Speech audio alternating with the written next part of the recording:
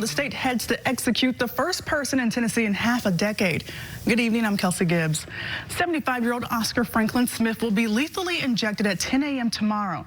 This will be the first time we've seen an execution in the state since February of 2020. Governor Bill Lee didn't pause impending execution for the same man 3 years ago, said he will not intervene this time. Our Nikki Hauser dove deeper into the controversy and legal changes leading up to this. For the first time in 5 years, a man is about to be executed in Tennessee. But how did we get here? Police say what they found inside this house at 324 Luty Street was brutal and very bloody. In 1990, Oscar Franklin Smith was sentenced to die for killing his estranged wife and her 2 teenage sons in Nashville.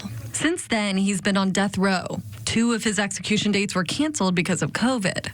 And right before his 3rd date, where he was set to receive lethal injection in 2022, major concerns surfaced over the safety of the drug. An independent investigation into the Tennessee Department of Correction found the agency did not follow their own protocol, failing to test lethal injection chemicals for toxins that could make the chemical ineffective. Shortly after, Governor Bill Lee paused executions in the state, much to the relief of anti-death penalty groups. And in the next 3 years, TDOC developed new protocol for lethal injection, introducing a drug the federal government uses, pentobarbital. Cut to 2025, where Smith is looking at his 4th and likely final execution date. Ahead of tomorrow's execution, I took a look and compared the old version of the protocol from 2018 to the new version from 2025. Now, what I learned, one of the key differences, other than the use of pentobarbital, is that the new version is half as long as the old one.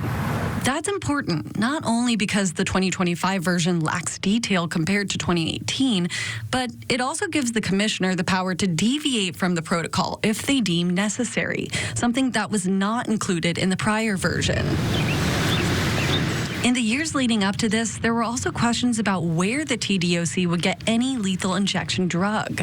Most companies selling the drug said that they would not sell it to be used in executions, meaning we don't really know where the chemical for the upcoming executions is actually coming from. Despite the question marks, the clock isn't stopping on executions, as Tennessee prepares to resume the practice tomorrow. Nikki Hauser, News Channel 5.